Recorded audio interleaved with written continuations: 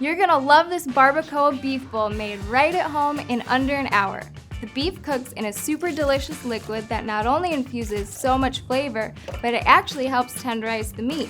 Just add all those marinade ingredients together and puree. Sear the beef in a little oil. Get that beef nice and browned. More color now means more flavor later. Pour the sauce over the beef and let it simmer. The rice gets cooked at the same time as the beef, so add all the rice ingredients to the ceramic pot. Cover it up and use the wrapping cradle to set it over the beef. Release the steam.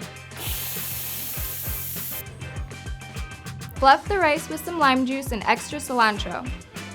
Give the beef a quick shred. Time to build our burrito bowls. Let's add some toppings. You can't go wrong with salsa, guacamole, red onion, and of course, lots of cheese. How delicious does this look? It's spicy, it's saucy, it's so good.